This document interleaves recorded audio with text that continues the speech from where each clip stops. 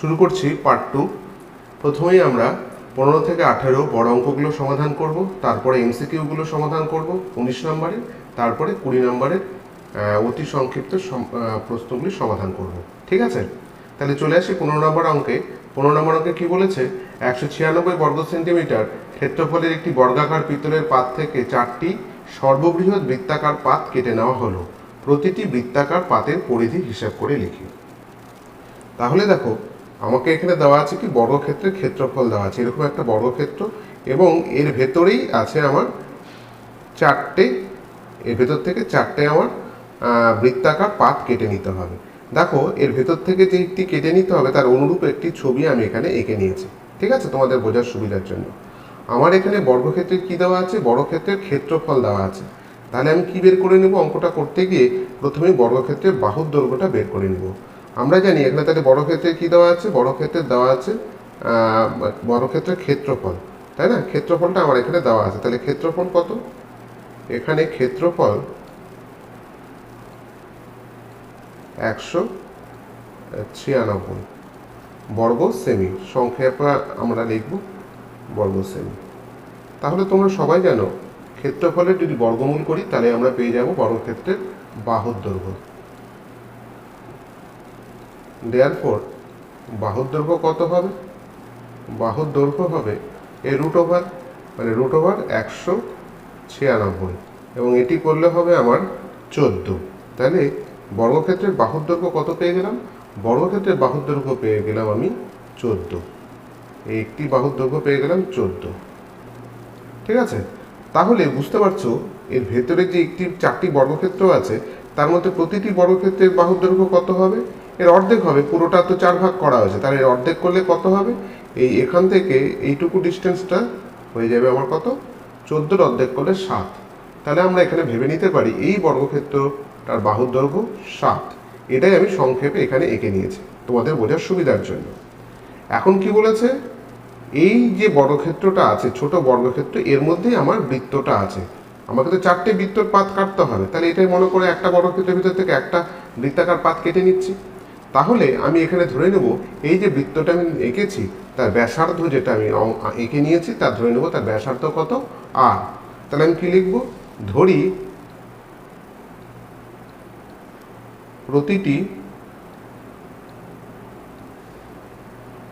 প্রতিটি বৃত্তের ব্যাসার্ধ আর, এখানে সেন্টিমিটার দেওয়া আছে তাই আমরা সেমি ধরব, 8 সেমি। তাহলে ব্যাসার্ধ যদি আর হয় তাহলে ব্যাস কত হবে? তাহলে ব্যাস হবে হচ্ছে আমার অবশ্যই 2r। কেন ব্যাস বের করলাম? তোমরা দেখতেই পাচ্ছ যে এই বৃত্তের এই যেটা ব্যাসার্ধ যদি হয়ে থাকে তাহলে পুরোটা কত? ব্যাস। তার মানে ব্যাস মানে কি, আমি যদি এখান থেকে এই দৈর্ঘ্যটা টানি, আমি এই প্রান্ত থেকে এই প্রান্তটা দৈর্ঘ্য যদি টানি তাহলে এটা কত হবে? এটাও তাহলে ব্যাস, এবং সে ব্যাসটা তাহলে কার সঙ্গে সমান হচ্ছে?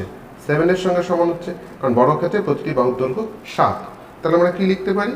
Therefore 2r is equal two 7, তাই না?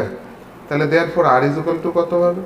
আর ইমপ্লাইজ লিখতে পারো তোমরা, r ইকুয়াল টু হবে হচ্ছে 7/2। এবার প্রতিটি বৃত্তাকার পাতের পরিধি যেই পেয়ে গেলাম, তাহলে অর্থের পরিধি কত হবে? প্রতিটি বৃত্তাকার পাতের পরিধি হয়ে যাবে আমরা পরিধির ফর্মুলা জানি 2πr। তাহলে আমরা প্রথমে লিখব 2, পায়ের ভ্যালু কত? 22/7, আর আর কত? 7/2। দেখো কাটাকাটি যাবে, 7 7 কেটে গেল, 2 2 কেটে গেল, তাহলে কত হলো? 22 সেন্টিমিটার। 22 থাকলো, তাহলে পরিধি কত হলো? 22 সেন্টিমিটার। তাহলে প্রতিটি বৃত্তাকার পাতের পরিধি হচ্ছে আমার কত? 22 সেন্টিমিটার। তাহলে আমার 1 নম্বর অঙ্ক হয়ে গেল। আমরা চলে যাব পরের অঙ্কে। চলে আসি পরের অঙ্কে। 16 নম্বর অঙ্কে কি বলেছে? একটি বৃত্তাকার মাঠের বৃত্ত বরাবর এক প্রান্ত থেকে অপর প্রান্তে যেতে নাসিফার যে সময় লাগে মাঠের ব্যাস বরাবর অতিক্রম করতে তার 45 সেকেন্ড সময় কম লাগে। নাসিফার গতিবেগ মিনিটে 80 মিটার হলে মাঠটির ব্যাসের দৈর্ঘ্য হিসাব করে লিখি। তাহলে আমরা এখানে একটা মাঠ মনে করে একটা বৃত্তাকার মাঠ আমরা এঁকে নিয়েছি। এখন বলেছে যদি মনে করো এখান থেকে নাসিফা দৌড়টা স্টার্ট শুরু করলো, তাহলে ও বলেছে মাঠের এক প্রান্ত থেকে অপর প্রান্ত, এখান থেকে ঘুরে যদি ও এখানটা যায় তাহলে একটা নির্দিষ্ট সময় লাগবে, কিন্তু ব্যাস বরাবর যদি যায় অবশ্যই সময়টা কম লাগবে, হ্যাঁ কি না? সেটা বলেছে কত কম সময় লাগবে, 45 সেকেন্ড সময় কম লাগবে। এবং নাসিফার গতিবেগ বলে দিয়েছে মিনিটে 80 মিটার হলে মাঠটির ব্যাসের দৈর্ঘ্য হিসাব করে লিখি। আমরা প্রথমে এখানে ধরে নেব যে মাঠটির ব্যাসার্ধ, হ্যাঁ, তাহলে ধরে নেব যে মাঠটির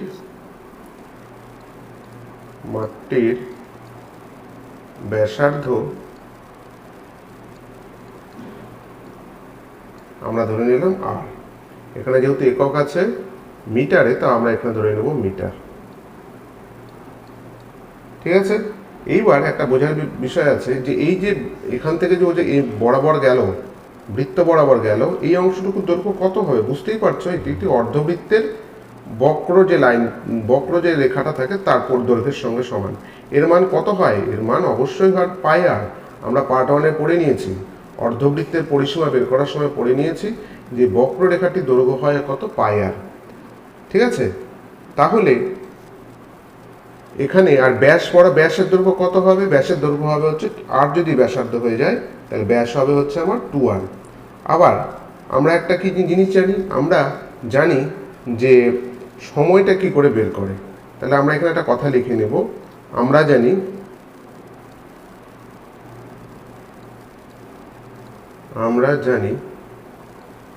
কি জানি, সময় মানে হচ্ছে দূরত্ব ভাগ গতিবেগ। ঠিক আছে, এখানে তাহলে এই যে এই দূরত্বটা কত হলো, পাই আর। তাহলে পাই আর যেতে কত সময় লাগবে? তাহলে আমরা এই কথাটি এইভাবে লিখব যে বৃত্ত বরাবর, অঙ্কে বলে দিয়েছে বৃত্ত বরাবর, তাহলে বৃত্ত বরাবর যেতে সময় লাগবে, কত সময় লাগবে? এক্ষেত্রে দূরত্বটা কত, পাই আর। তাহলে দূরত্ব আমার ফর্মুলা লিখে নিয়েছি, তাহলে দূরত্ব মানে হচ্ছে পাই আর, তাকে ভাগ করবো গতিবেগ। গতিবেগ আমাকে কত বলে দিয়েছে অঙ্কে? গতিবেগ বলে দিয়েছে দেখো 80 মিটার মিনিটে, তাহলে এটা হয়ে গেল 80 দিয়ে ডিভাইড হলো, এটা কত বেরোলো, এত মিনিট। একইভাবে আমরা লিখব দেয়ারফর ব্যাস বরাবর যেতে সময় লাগবে কত, ব্যাসের দৈর্ঘ্য কত, 2r, তাহলে 2r ডিভাইডেড বাই 80 মিনিট। এবার দেখো প্রস্তানুসারে কি বলে দিয়েছে, প্রস্তানুসারে বলেছে যে আমার ব্যাস বরাবর যেতে সময় কম লাগে, তার মানে পরিধি বরাবর যেতে সময় বেশি লাগে। তাহলে প্রস্তানুসারে আমরা কি লিখতে পারি, পাই আর ভাগ 80 minus 2r by 80 is equal to, এটাই বলেই দিয়েছে আমার হচ্ছে 45 সেকেন্ড, কিন্তু আমার এখানে এককগুলো কিসে বের করেছি দেখো, সবগুলো মিনিটে বের করেছি, তাই সেকেন্ডকে যদি মিনিট করি তাহলে কততে ভাগ করতে হবে, 60-তে ডিভাইড করতে হবে। এবার তোমরা এটা কাটাকাটি করে নিতে পারো, এটা আচ্ছা না, এটা কাটাকাটি করলে কত, 15 দিয়ে 3 15 45 হবে, 3 হবে, এটা 4 হবে। আচ্ছা আমি এগিয়ে যাই পরের ধাপে। তাহলে এখানে কি হবে, আমরা যদি এখানে দেখতেই পাচ্ছ পাই তো কমন যাবে না, যাবে হচ্ছে আর বাই 80টা কমন যাবে, তাহলে এখানে থাকছে কত, পাই। পায়ের ভ্যালু কত, এখানে পাইটা থেকে যাচ্ছে, তার পায়ের ভ্যালু হলো 22/7, আর এখানে কত পড়ে থাকলো 2 ইজ ইকুয়াল টু কত হলো 3/4। ঠিক আছে, তাহলে পরের লাইনে আমরা কি লিখতে পারি, implies R is equal to লিখতে পারি 3/4, লাইনটা বাড়িয়ে দিলাম, ওপরে কত 80 বজ্রগুণনে ওপরে চলে যাবে। আচ্ছা এখানে বিয়োগ করলেও হবে, 22 থেকে 14 যদি বিয়োগ করি আমি, তাহলে পেয়ে যাবো আমি কত বলে দেখি, 8 পেয়ে যাব, আর নিচে থাকছে 7, তাহলে উপরে চলে নিচে যে 7টা ছিল সেটা উপরে গিয়ে গুণ হবে, আর নিচে হচ্ছে হবে আমার 8। এবার তোমাকে কাটাকাটিটা করতে হবে, এটা অবশ্যই কাটলে হবে 10, এটা 2 দিয়ে কাটলে 2, 2 দিয়ে কাটলে 5, তাহলে উপরে কত হচ্ছে 5 7 35 গুণন 3, 35কে 3 দিয়ে গুণ করলে হবে আমার হচ্ছে 105, 105/2, ঠিক আছে। এটাকে ভাগ করলে কত বেরোবে? 52.5। তাহলে মাটির ব্যাসের দৈর্ঘ্য তাহলে কত বেরোলো? এটা তো ব্যাসার্ধ বেরোলো। দেয়ারফোর ব্যাসার্ধের দ্বিগুণ হয়, তাহলে 2 × 52.5। এটাকে তোমরা ভাগ না করলেও পারো, এখানে 2 দিয়ে গুণ করে দিলেও হবে। এই যেখানে দেখছো 2 দিয়ে গুণ করলে সহজেই হয়ে যাবে। তাহলে এত মিটার ইকুয়াল টু কত? 105 মিটার। ঠিক আছে, আমরা করে ফেললাম 16 নম্বর অঙ্ক। চলে যাচ্ছি 17 নম্বর অঙ্কে। শুরু করছি 17 নম্বর অঙ্ক। কি বলেছে? মহিম সাইকেলে চেপে 7 মিটার 5 ডেসিমিটার চওড়া একটি বৃত্তাকার পথের বাইরে ও ভিতরের ধার বরাবর সম্পূর্ণ একবার ঘুরতে যথাক্রমে 46 সেকেন্ড ও 44 সেকেন্ড সময় নেয়। ভেতরের ধার বরাবর বৃত্তটির ব্যাসের দৈর্ঘ্য হিসেব করি। তাহলে আমার এখানে দেওয়া আছে যে এই যে রাস্তাটি দেওয়া আছে, এটির দৈর্ঘ্য বলে দিয়েছে কত? আমার 7 মিটার 5 ডেসিমিটার। এখন দেখো এই যে 7 মিটার 5 ডেসিমিটার আছে,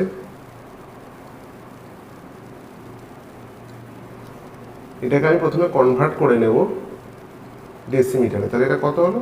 75 ডেসিমিটার। ঠিক আছে, এইবারে আমাকে ভেতরের ধার বরাবর বৃত্তটির ব্যাসের দৈর্ঘ্য, তার মানে এই যে ভেতরের যে বৃত্তটি আছে তার ব্যাসের দৈর্ঘ্য বের করতে হবে। তাই ধরে নিই ভেতরের বৃত্তের ব্যাসার্ধের দৈর্ঘ্য হচ্ছে আমার আর। তাহলে এইটুকুটা আমি কত ধরে নিলাম? আর। কত? স্মল আর। তাহলে ধরি, কি ধরবো? ধরি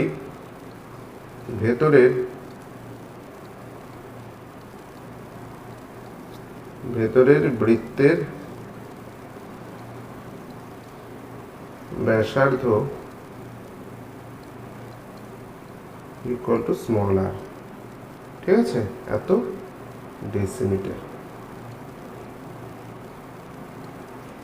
দেয়ারফোর তাহলে বাইরের বৃত্তের ব্যাসার্ধ কত হলো? দেয়ারফোর বাইরের বৃত্তের ব্যাসার্ধটা কত দাঁড়িয়ে গেল?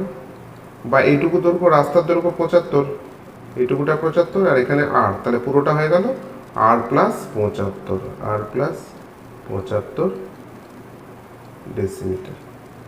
এখন দেখো বলেছে যে বাইরের বৃত্ত বরাবর ঘুরতে ওর কত সময় নেই? 46 সেকেন্ড। এবার বাইরের বৃত্ত বরাবর ঘোরা মানে কি? এর পরিধি বরাবর ঘোরা। তাহলে আমরা এখানে কি লিখতে পারি? অ্যাকর্ডিং টু কোশ্চেন আমরা লিখতে পারি, অ্যাকর্ডিং টু কোশ্চেন কি লিখতে পারি? যে বাইরের বৃত্তের পরিধি মানে 2πr। বাইরের বৃত্তের ব্যাসার্ধ কত? আর মানে আর প্লাস 75। তাহলে এত ডেসিমিটার ঘুরতে সময় লাগে কত? ঘুরতে সময় লাগে কত সেকেন্ড বলেছে এখানে? 46 সেকেন্ড, তাই না? তাহলে একইভাবে 1 ডেসিমিটার ঘুরতে কত সময় লাগে? ভাগ হয়ে যাবে। আমরা এখানে বের করে নেব যে 2πr বলতে এই ভেতরের বৃত্তের পরিধি কত? ভেতরের বৃত্তের পরিধি 2πr। তাহলে ভেতরের বৃত্ত বরাবর ঘুরতে কত সময় লাগবে? 2πr ডেসিমিটার ঘুরতে সময় লাগবে হচ্ছে প্রথমে 46 divided by 2π into r plus 75। এটা হলো 1 ডেসিমিটার ঘুরতে কত সময় লাগে? ঠিক হবে 2πr ঘুরতে কত সময় লাগে? Into 2πr। ঠিক আছে, এত সেকেন্ড। কিন্তু আমার প্রশ্নে বলে দিয়েছে যে ভিতরের বৃত্ত বরাবর ঘুরতে কত সেকেন্ড সময় লাগে? আমার এখানে বলেই দিয়েছে 44 সেকেন্ড। তাহলে এই যে আমি সময়টা বের করলাম এটি অবশ্যই 44-এর সঙ্গে সমান। তাহলে আমরা এখানে আবার লিখতে পারি, কি লিখতে পারি? যে প্রশ্নানুসারে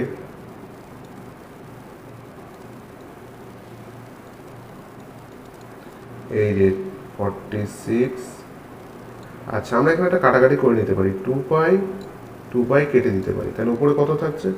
46/r, নিচে r plus 75 is equal two কত? আমার এখানে বলে দিয়েছে 45। 4। ঠিক আছে, এবার দেখো আমরা যদি ক্রস মাল্টিপ্লিকেশন করি তাহলে এখানে এই পাশে কত থাকছে 46 আর ইজ ইকুয়াল টু এখানে ক্রস মাল্টিপ্লিকেশন করলে বজ্রগুণ করলে এটা হয়ে যাবে 44 আর প্লাস এই দুটো মাল্টিপ্লাই করবো 44 ইন্টু 75।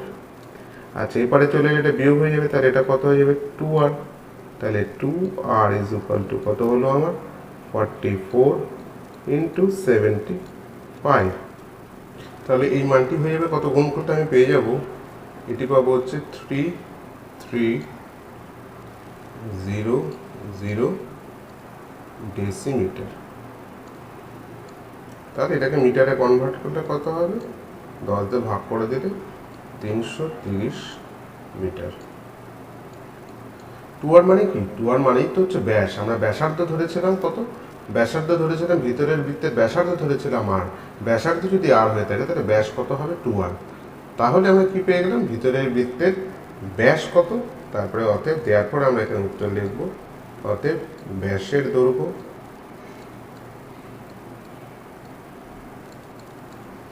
কত হয়ে গেল 330 মিটার।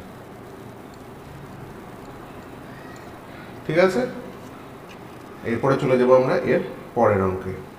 শুরু করছে 18 নম্বর অঙ্ক। কি বলেছে, একজন সাইকেল আরোহী একটি বৃত্তাকার পথে বাইরের ও ভেতরের ধার বরাবর সম্পূর্ণ একবার ঘুরতে সময়ের অনুপাত 20:19। যদি পথটি 5 মিটার চওড়া হয় তবে ভিতরের বৃত্তের ব্যাসের দৈর্ঘ্য আমরা লিখি।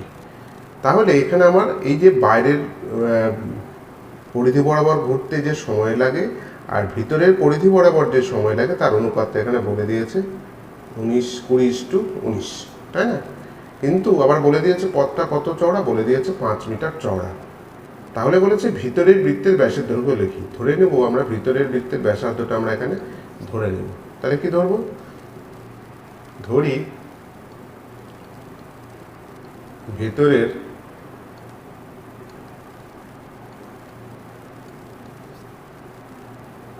বৃত্তের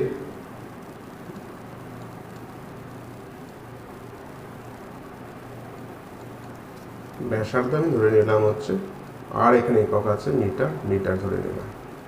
তাহলে অবশ্যই আগের অঙ্কটির মতো এটা যদি আর হয়ে থাকে আর এটা যদি 5 হয়ে থাকে তাহলে পুরোটা কত r+5। তাহলে বাইরের বৃত্তের ব্যাসার্ধ কত হবে r+5 মিটার। কিন্তু এখন দেখো এখানে কিন্তু কোনো গতিবেগের কথা বলে দেওয়া নেই। সাইকেল আরোহী যেহেতু ও ধরেই নিতে হবে যে বেগে ও বাইরে ঘুরছে সে একই বেগে ভেতরেও কিন্তু ঘুরছে, কারণ গতিবেগ যদি আলাদা হয়ে যায় তাহলে সময়ের অনুপাতটা কিন্তু মিলবে না। তাহলে আমাকে ধরে নিতে হবে ও একই বেগে বৃত্তের বাইরে এবং ভেতরে একই বেগে ঘুরছে। তাহলে ধরে নেই এই গতিবেগটা হচ্ছে, ধরে নাও v। ঠিক আছে, তাহলে ধরি কি ধরবো, আরো ধরি সাইকেল আরোহীর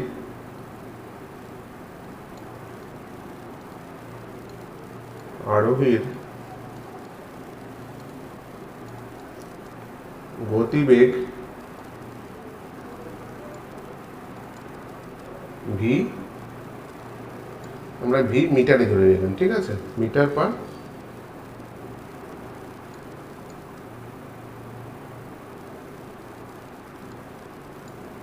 এখানে যেহেতু সময়ের এককটা আমরা কি ধরবো, ঘন্টাও ধরতে পারো তোমরা, মিনিটও ধরতে পারো। ধরে নিলাম এখানে মিনিট,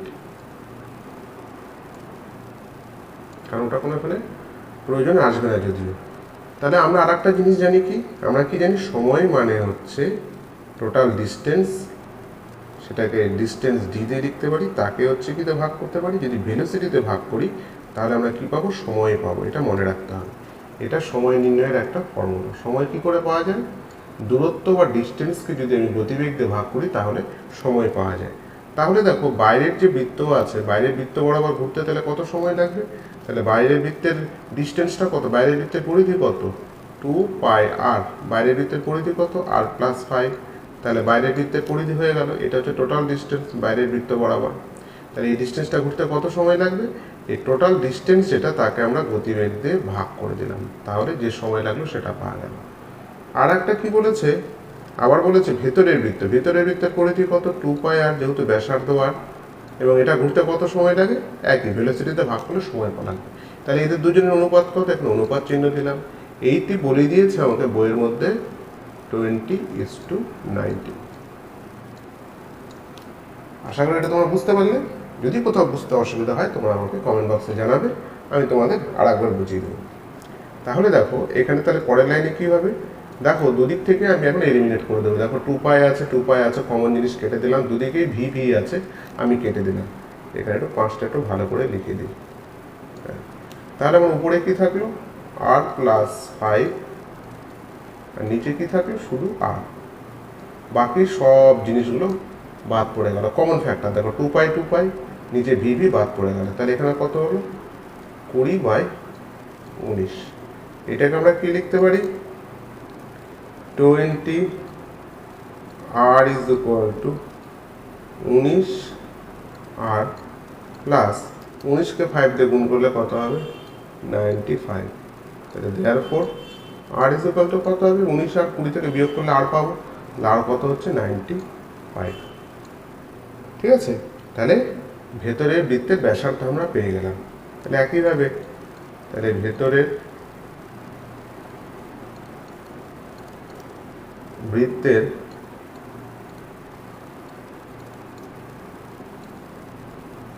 ব্যাস, ব্যাস কি করে পাবো, ব্যাসার্ধকে 2 দিয়ে গুণ করে দিলেই ব্যাস পাওয়া যাবে। তাহলে 95 × 2 মিনস কত হবে, 190 মিটার। আশা করি তোমরা অঙ্কটা বুঝতে পারলে। আমরা চলে যাবো এর পরের অঙ্কে। ঠিক আছে, চলে এলাম 19 নম্বর অঙ্কে। 19 নম্বর অঙ্ক কি বলেছে, 19-এর 1 নম্বর অঙ্ক এখানে বলেছে যে একটি ঘড়ির ঘন্টার কাঁটা ও মিনিটের কাঁটার গতিবেগের অনুপাত কত হবে। আচ্ছা, ঘড়ি অবশ্যই এটি একদম বৃত্তাকার, দুজনেই একই দূরত্ব পরিক্রমা করছে, মিনিটের কাঁটা এবং ঘন্টার কাঁটা একই দূরত্ব পরিক্রমা করে।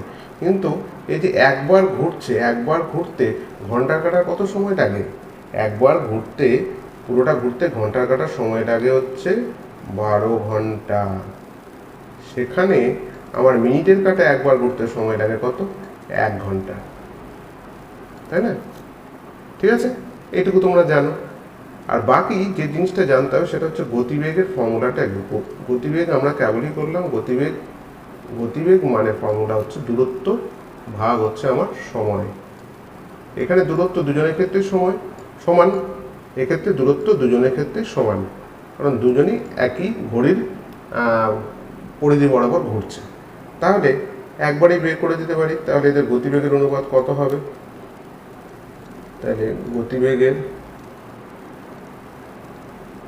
অবশ্যই ঘন্টার কাঁটা ও মিনিটের কাঁটার গতিবেগের অনুপাত। আমি আগেরটুকু লিখলাম না, সংক্ষেপে করার জন্য গতিবেগ তোমরা পারলে এখানে লিখে নেবে, ঘন্টার কাঁটা ও মিনিটের কাঁটার গতিবেগের অনুপাত। তাহলে ঘন্টার কাঁটার ক্ষেত্রে দূরত্ব কত, একই দূরত্ব। তাহলে একই দূরত্ব যদি হয় তাহলে সেটা তোমার ধরে নেওয়া যে, মনে করো একই দূরত্ব পরিধিটা ধরে নিলাম x, তাকে আমরা 12 ঘন্টায় ঘুরছি, একই না? তাহলে 12 ঘন্টায় ঘুরলে কত হবে, তাকে 12 দিয়ে ভাগ। একই দূরত্ব ঘুরছে আমার মিনিটের কাঁটা কত, 1 ঘন্টায় ঘুরছে, তাহলে 1 হলো। এবার দেখো ভাগ করলে কাটাকাটি করলে আমার কত হবে, 1 এখানে যাবে, 12 এখানে যাবে, 1:12। তাহলে কোন উত্তরটা রাইট হলো, একদম 1 নম্বর উত্তরটা আমার রাইট হয়ে গেল। ঠিক আছে, এবার দেখো 2 নম্বর অঙ্কে চলে আসি। 2 নম্বর অঙ্কে কি বলেছে, একটি বৃত্তাকার পার্ক বরাবর সম্পূর্ণ একবার পরিক্রমা করতে সমান πx/100 মিনিট সময় লাগে। পার্কটি সোজাসুজি ব্যাস বরাবর অতিক্রম করতে সমান কত সময় লাগবে। এই পার্ক, ঠিক আছে, একবার বলছে পরিধি বরাবর ঘুরেছে, আর একবার কোথাও কি বরাবর ঘুরেছে, ব্যাস বরাবর, এই বরাবর ঘুরেছে। ঠিক আছে, তাহলে আমাকে বলেছে যে ব্যাস বরাবর যেতে ওর কত সময় লাগবে। যদি বৃত্তের ব্যাসার্ধ যদি আর হয়ে থাকে তাহলে ওর পরিধি কত, তাহলে ব্যাসার্ধ যদি ধরে নিলাম, ব্যাসার্ধ যদি তোমাদের বুঝিয়ে দিচ্ছি, ব্যাসার্ধ ধরে নিলাম আর এখানে কোনো ইউনিট দেওয়া নেই, আর একক। তাহলে পরিধি কত, পরিধি অবশ্যই কত, 2 πr একক। এখন প্রশ্ন হয়েছে যে ও এই পুরো পার্কটি পরিক্রমা করতে, মানে পরিধি বরাবর পরিক্রমা করতে, মানে 2 πr পরিক্রমা করতে সময় লেগেছে কত, সমান πx/100 100 এই সময়টা লেগেছে। তাহলে আমাকে কি বের করতে হবে? তাহলে আমাকে বের করতে হবে ব্যাস বরাবর ঘুরতে কত সময় লেগেছে। তাহলে 2 পাই আর বরাবর ঘুরতে ওর সময় লেগেছে আমার কত? পাই এক্স বাই 100 মিনিট। তাহলে এক বরাবর দিতে কত সময় লাগবে? পাই এক্স বাই 100, একে আমি কত দিয়ে ডিভাইড করবো? ইন্টু 1/2 পাই আর, এখানে পাই পাই কেটে গেল। একইভাবে এখন ব্যাস বরাবর যেতে তাহলে কত সময় লাগবে? ব্যাস মানে 2 আর বরাবর যেতে সময় লাগবে হচ্ছে এখানে আমার X by 100 into 1/2 R into 2 R কেটে গেল, কত হলো? এক্স বাই 100, অবশ্যই এত মিনিট। তাহলে কত নম্বর অপশন আমার রাইট হচ্ছে? এটা বি নম্বর অপশনটা আমার রাইট হচ্ছে। ঠিক আছে, চলে যাবো তার পরের অঙ্কে। শুরু করছি 3 নম্বর। কি বলেছে? একটি বৃত্ত একটি বর্গক্ষেত্রে অন্তর্লিখিত। একটি বৃত্ত একটি বর্গক্ষেত্রের মধ্যে অন্তর্লিখিত। এবার বর্গক্ষেত্রের বাহুদৈর্ঘ্য বলে দিয়েছে কত? 10। তাহলে বলেছে বৃত্তের ব্যাসের দৈর্ঘ্য কত হবে? এই ব্যাসের দৈর্ঘ্যটা কত হবে? তোমরা দেখলেই বুঝতে পারছো এই দুটো সমান। তাহলে অবশ্যই বৃত্তের ব্যাসের দৈর্ঘ্য কত হবে? 10ই হবে। ঠিক আছে, 10 সেন্টিমিটারই হবে। তাহলে এই উত্তরটা রাইট। চলে আসি, তাহলে এটা হয়ে গেল আমার 3 নম্বর অঙ্ক। চলে আসি 4 নম্বরে। 4 নম্বরে কি বলেছে? একটি বৃত্ত একটি বর্গক্ষেত্রে, জাস্ট উল্টো ছবি। এখানে বৃত্তটা বর্গক্ষেত্রে পরিলিখিত, মানে বাইরে দিক দিয়ে আছে। এবার এক্ষেত্রে বলেছে বর্গক্ষেত্রের বাহুদৈর্ঘ্য কত? বর্গক্ষেত্রের বাহুদৈর্ঘ্য বলেছে কত? 5 সেন্টিমিটার হলে বৃত্তের ব্যাসের দৈর্ঘ্য কত হবে? আমি জাস্ট একটা অঙ্কন করবো আমি। এটা কি আঁকলাম? এটা আঁকলাম আমি বর্গক্ষেত্রের কর্ণ। আমরা জানি বর্গক্ষেত্রের বাহুর দৈর্ঘ্য যদি 5 হয় তাহলে তার কর্ণের দৈর্ঘ্য কত হবে? 5√2, তাই তো? তোমরা এখানে দেখতেই পাচ্ছ যে বৃত্তের যেটা ব্যাস সেটাই বর্গক্ষেত্রের কর্ণের দৈর্ঘ্য। তার মানে এখানে বৃত্তের ব্যাসের দৈর্ঘ্য কত হবে? বৃত্তের ব্যাস হয়ে যাবে অবশ্যই হয়ে যাবে 5√2। এখানে একক কত আছে? সেন্টিমিটারই হবে। তাহলে কত নম্বর উত্তর রাইট? আমার এ নাম্বার উত্তর রাইট। ঠিক আছে, চলে আসে 5 নম্বর অঙ্কে। দেখো এটা 5 নম্বর অঙ্ক। এখানে কি বলেছে? যে একটি বৃত্তাকার বলয় 5 সেন্টিমিটার চওড়া। আমি ছবি এঁকেই রেখেছি। বৃত্তাকার বলয় বলেছে এটা 5 সেন্টিমিটার চওড়া। এবার বলেছে বৃত্তের বহির্ব্যাসার্ধের দৈর্ঘ্য, মানে এখান থেকে এই বহির্ব্যাসার্ধের দৈর্ঘ্য আর অন্তর্ব্যাসার্ধের দৈর্ঘ্যের অন্তর কত? অন্তর্ব্যাসার্ধ মানে এইটুকুটা হয়ে গেল অন্তর্ব্যাসার্ধ। তাহলে অন্তর কত? তাহলে এইটুকুটাই হয়ে গেল অন্তর। আর এইটুকুটার দৈর্ঘ্য আমার কত দেওয়া আছে? এইটুকুটার মান বলেই দিয়েছে আমার 5। তাহলে এই অন্তর কত হবে? অন্তর হয়ে যাবে আমার 5 সেন্টিমিটার। কোথায় গেল? 5 সেন্টিমিটার। ঠিক আছে, তাহলে হয়ে গেল 5 নম্বর অঙ্ক। আমরা চলে যাবো এর পরের অঙ্কে। ঠিক আছে, চলে আসি 20 নম্বর অঙ্কে। 20 1। দেখো কি বলেছে 1 নম্বর অঙ্কে? কি বলেছে? একটি অর্ধবৃত্তের পরিসীমা 36 সেন্টিমিটার হলে অর্ধবৃত্তের ব্যাসের দৈর্ঘ্য কত? এই অর্ধবৃত্ত হলো, অর্ধবৃত্তের পরিসীমা আমরা জেনে গেছি কত? পাই আর প্লাস 2r।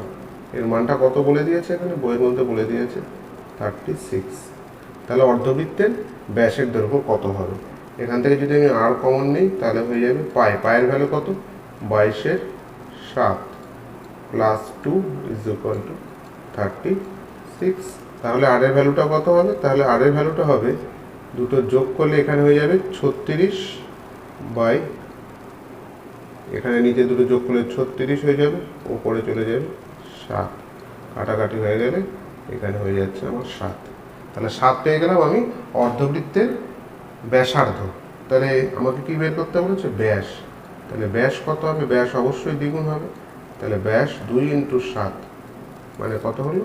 অবশ্যই 14 সেমি।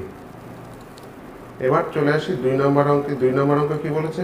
একটি ঘড়ির মিনিটের কাঁটার দৈর্ঘ্য 7 সেন্টিমিটার এবং 90 ডিগ্রি কোণ ঘুরতে মিনিটের কাঁটা কত দৈর্ঘ্য ঘুরবে? ঠিক আছে, মনে কাটা ঘড়ি এঁকে নিলাম আমি। এইবার তাহলে এই দৈর্ঘ্য, এই কোণটা কত ডিগ্রি মান? 90 ডিগ্রি, বুঝতেই পারছো। তাহলে এই 90 ডিগ্রি ঘুরতে গেলে বলছে মিনিটের কাঁটা কত দৈর্ঘ্য ঘুরবে। এবার দেখো পুরো পরিধিটা কত? 2 পাই আর তাকে আমি দেখতেই পাচ্ছ কটা ভাগ করলাম, 4টে ভাগ। তাহলে এইটুকু অংশ দৈর্ঘ্য কত হবে? এইটুকু অংশ দৈর্ঘ্য হবে 4 ভাগ হবে, কারণ এটা একটা অংশ ধরলাম 4টের মধ্যে একটা। এটা কত হচ্ছে আমার? 2 দিয়ে কাটাকাটি হয়ে গেলে πr/2, তাই না? তাহলে এই নির্ণয় দূরত্বটা তাহলে কত হচ্ছে? তাই নির্ণয় দূরত্বটা হচ্ছে পায়ের ভ্যালু হচ্ছে 22/7, আর এর ভ্যালু অবশ্যই এখানে 7 বলে দিয়েছে, বাই আছে 2, 7 কেটে গেল, 2 কাটলে এখানে হয়ে গেল আমার 11। তাহলে এখানে কত হলো? 11, অবশ্যই সেন্টিমিটার। ঠিক আছে, তাহলে আমরা 2 নম্বর অঙ্ক করে ফেললাম। চলে আসে 3 নম্বর অঙ্কে। 3 নম্বর অঙ্কে কি বলেছে দেখো, বলেছে এখানটা একটি বর্গক্ষেত্রের অন্তর্বৃত্ত এবং পরিবৃত্তের ব্যাসার্ধের অনুপাত কত? একটি বর্গক্ষেত্রের অন্তর্বৃত্ত, তো একটা বর্গক্ষেত্র যদি আমি এঁকে নিই, তার ভিতরে একটা আছে অন্তর্বৃত্ত, আর এর বাইরে দিক দিয়ে আছে হচ্ছে আমার পরিবৃত্ত। ঠিক আছে, একটা অন্তর্বৃত্ত একটা পরিবৃত্ত। তোমরা একটু আগে জেনে গেলে, যদি বর্গক্ষেত্রের বাহুর দৈর্ঘ্য যদি এ হয়, বর্গক্ষেত্রের বাহুর দৈর্ঘ্য আমি কত ধরে নিলাম, মনে করো এ একক, এ যদি হয়ে থাকে, তাহলে একটু আগে জেনে গেলে, তাহলে যে অন্তর্লিখিত যে বৃত্ত আছে, অন্তর্লিখিত বৃত্তের আমার ব্যাস কত হবে? অবশ্যই এই বর্গক্ষেত্রের বাহু দৈর্ঘ্যের সঙ্গে সমান হবে, জাস্ট একটু আগে আমরা করলাম। তাহলে অন্তর্বৃত্তের ব্যাস কত হচ্ছে? তাহলে অন্তর্বৃত্তের ব্যাস আমরা বুঝে যাচ্ছি এ হবে, তাহলে ব্যাসার্ধ কত হবে? অন্তর্বৃত্তের ব্যাসার্ধ হয়ে যাবে হচ্ছে আমার a/2 একক। এখন চলে আসি পরিবৃত্তে। আমরা একটু আগেই পড়লাম পরিবৃত্তের ক্ষেত্রে কি হবে, এই যে কর্ণটাই হয়ে যাবে, বর্গক্ষেত্রের কর্ণই হয়ে যাবে বৃত্তের ব্যাস। তাহলে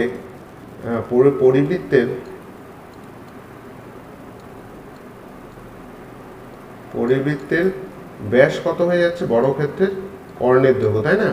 তাহলে বর্গক্ষেত্রের কর্ণের দৈর্ঘ্য কত? a√2। তাহলে ব্যাসার্ধ কত হবে? তাহলে ব্যাসার্ধ আমরা করে দেব /2 একক। বুঝতে পারলে? তাহলে অন্তর্বৃত্তের ব্যাসার্ধ পেয়ে গেলাম, পরিবৃত্তের ব্যাসার্ধ পেয়ে গেলাম।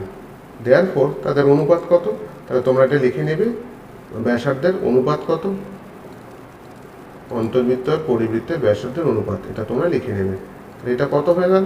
a/2 = a√2/2। দেখো দুদিকেই যত a কমন আছে আমরা যদি বাদ দিয়ে দিই, 2 যদি বাদ দিয়ে দিই, তাহলে থাকছে কত? 1:√2। ঠিক আছে, আমরা চলে যাব এর পরের অঙ্কে। চলে আসি 4 নম্বর অঙ্কে। কি বলেছে এখানে? বলেছে একটি ঘড়ির মিনিটের কাঁটার দৈর্ঘ্য 7 সেন্টিমিটার, 15 মিনিটে কাঁটাটি কত দৈর্ঘ্য ঘুরবে? দেখো এই অঙ্কটি একই রকম, একটু জাস্ট বোঝার ব্যাপার। আচ্ছা, মিনিটের কাঁটা 60 মিনিটে কত ঘোরে? 60 মিনিটে পুরো বৃত্তের এই অংশটা ঘোরে, পুরো বৃত্তের পরিধি বরাবর ঘোরে। 60 মিনিটে কত ঘোরে? 60 মিনিটে ঘোরে হচ্ছে বৃত্তের পরিধি, মানে 2πr একক। এখানে আর বলেই দিয়েছে কত? 7। 60 মিনিটে ঘোরে হচ্ছে এই দৈর্ঘ্যটা ঘোরে, এত সেন্টিমিটার ঘোরে। এখন বলেছে 15 মিনিটে কত ঘুরবে? তাহলে 1 মিনিটে ঘুরবে হচ্ছে 2π/60। দেয়ারফোর 15 মিনিটে কত ঘুরবে? 15 মিনিটে করে দাও, 2 পায়ের ভ্যালু হচ্ছে 22/7 × 7 × 60 × 15।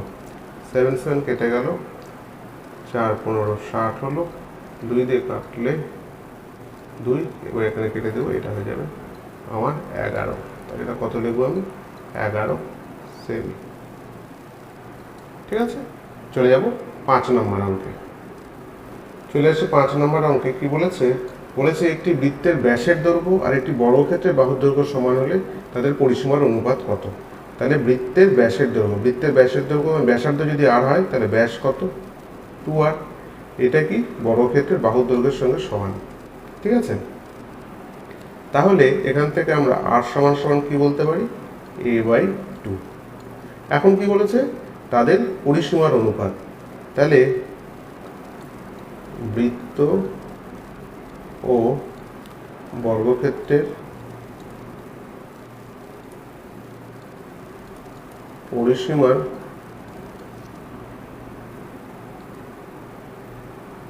অনুপাত কত হবে? আমরা আগে থেকেই জানি যে বৃত্তের পরিসীমা মানে কত, বৃত্তের পরিধি তার মানে কত 2πr, আর বর্গক্ষেত্রের পরিসীমা মানে অবশ্যই 4a। আমরা এখন কি লিখতে পারি? এটাকে আমরা লিখতে পারি 2π, তাহলে 2π, আর এর ভ্যালু এখানে দেওয়া নেই, আর এর ভ্যালু মানে এখানে কত a/2 বসিয়ে দেবো। আর তলায় কত থাকলো? তলায় আছে 4a। দেখো 2 দিয়ে কাটলে 2, এখানকার a কাটা চলে যাচ্ছে, তাহলে উপর থেকে কি হলো আমার? উপরে থাকছে আমার পাই, শুধু থাকছে, আর নিচে চলে এলো এই দুইটাও নিচে চলে এলো, 2 কত হয়ে গেল 4। পায়ের ভ্যালু কত আমার? 22/7, তাহলে 22/7। আর নিচে কত আছে? নিচে তো আমার 4 তো আছেই, তার মানে এখানে হয়ে গেল 4। তাহলে কাটাকাটি করি 2, এটা হচ্ছে 11, তাহলে কত হচ্ছে 11:14। তাহলে এটা কত অ্যান্সার হলো? 11:14। ঠিক আছে, তাহলে আমার পুরো চ্যাপ্টার শেষ। আশা করি তোমরা সবাই সব বুঝতে পেরেছো। যদি কোথাও না বুঝতে পারো বা বোঝার অসুবিধা হয়ে থাকে অবশ্যই কমেন্ট বক্সে জানাবে, আমি তোমাদের সাহায্য করব। যদি তোমরা অঙ্কগুলো সব বুঝতে পেরে থাকো তাহলে অবশ্যই একটা লাইক বাটন প্রেস করবে, এবং আমার টিচিং যদি ভালো লেগে থাকে অবশ্যই আমার চ্যানেলটি সাবস্ক্রাইব করবে, কারণ পরবর্তীতে তোমরা এই ধরনের আরও অনেক ভিডিও পেয়ে থাকবে যদি তুমি চ্যানেলটি সাবস্ক্রাইব করে থাকো। তাহলে আজ এই পর্যন্তই। পরবর্তী অন্য কোনো এপিসোডে আবার অন্য কোনো নতুন বিষয় নিয়ে তোমাদের সঙ্গে আবার দেখা হবে।